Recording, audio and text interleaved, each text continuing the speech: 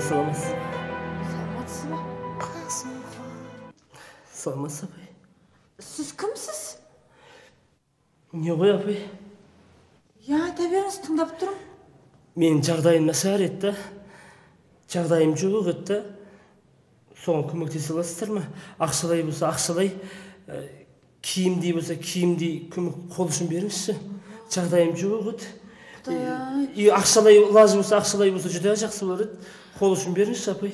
Не, дұрыс қой, түсініп отырмын бәрін. Бірақ біз анау жылдың басында бәріміз бір айлыққа қарап отырмыз. Әлі айлық алған жоқпыз. Өзіңіз жеңіл киініп алыпсыз. Жоқ, апай, сол киімді. Ауырып қаласыз ғой, бүйтіп жүруге болмайды ғой. Мен күйеуім шалбар бар. Егер болса, соны берейін сізге. Киім ба? Иә, шалбар бар. Беріңізші, апай. Қол ұшын беріңізші. Сондай ауырасыз ғой. Менен қайтпаса, Құдайдан қайтады ғой. Иә, қазір қайда қойдым мен оны? Қазір міне, мына шалбар ғой. Бұны бір 2-ақ рет кигенде күйеуім. Жаңа шалбар ма? Жаңа. Просто мына ау сәл жыртылып қапты. Соны өзіңіз тігіп киіп аласыз да, қабаттамен жаурап жүргеннен гөрі әйтеуір. Ау жыртылып қалған ба не? Жыртылып қапты, соны сәл жылы болады дегенім ғой. Тігіп киіп алыңыз енді өзіңіз. Сонда сіз маған жыртық шалбар беріп жатсыз ба? Мені кім деп тұрсыз?